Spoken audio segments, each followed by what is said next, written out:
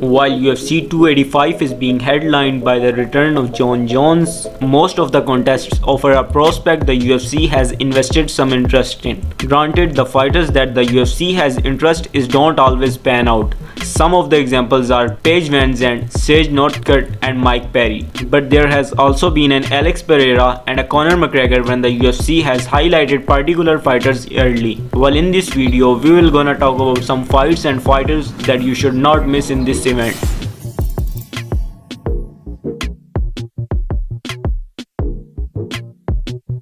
Mana Martinez and Cameron Simon scare off in what should be an action-packed bantamweight fight early in the evening. Martinez has gone 2 wins, 1 loss through his first 3 UFC appearances, posting split decision victories over Guido Canetti and Brandon Davis, while Simon secured a 3rd round stoppage win in his promotional debut last December. Both Martinez and Simon are attacking dangerous fighters on the field, so don't be surprised if this one establishes the bar to clear in order to earn Fight of the Night honors early in the evening.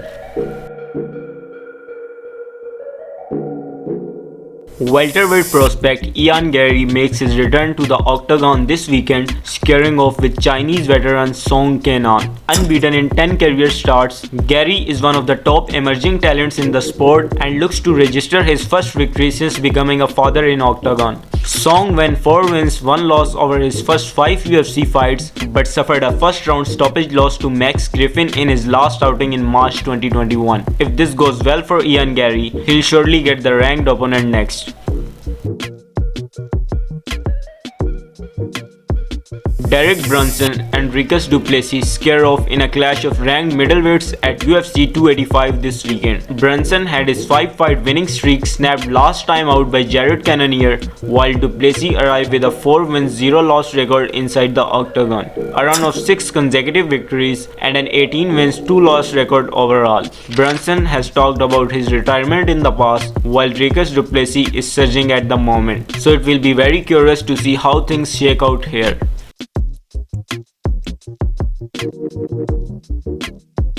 I'm very excited for this prelims featured bout where Cody Garbrandt returns to the division he once stood atop, hoping to snap a 2-fight skid against fellow struggling bantamweight Trevin Jones. Since defeating Dominic Cruz at UFC 207, Cody has gone just 1 win, 5 losses and competes here following a stoppage loss to Kai Kara France at flyweight in UFC 269. After having success early in his UFC tenure, Jones enters on a 3-fight skid, most recently dropping a decision to Ronnie Barcelos last October. Someone's struggle have going to end, but which of these 2 knockout artists will get their hand raised?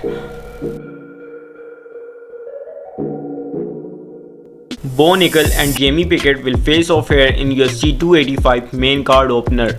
Nickel is one of the most interesting new arrivals on the roster in recent years, a 3-time D1 national champion wrestler and 4-time All-American, who has looked outstanding through his last 3 fights, where he won all of his 3 fights in just a minute. While Pickett is a fellow Dana White Contender Series alumni who has managed 2 wins in 6 UFC fights to begin his UFC career. All eyes will be on Nickel here, which gives Pickett a chance to pull off a major upset to kick off the pay-per-view.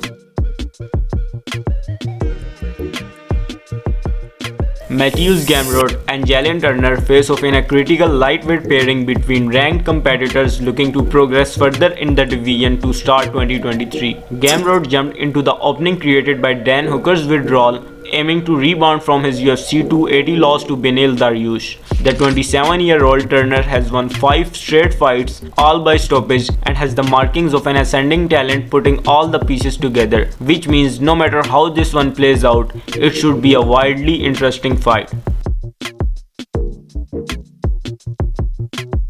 It's a banger in the welterweight division with ascension in the rankings at stake as Geoff Neal scares off with Shavkat Rakhmonov. Neal arrives on a 2-fight winning streak and coming off a 3rd round stoppage win over Vicente Luque, while Rakhmonov is 16 wins, 0 loss overall, 4-0 in the UFC and yet to see the scorecards in his career, means all of his 16 wins came via finish. Both hold down a place in the top 10 and the winner could find themselves in an even bigger matchup next time out, especially with the finish here.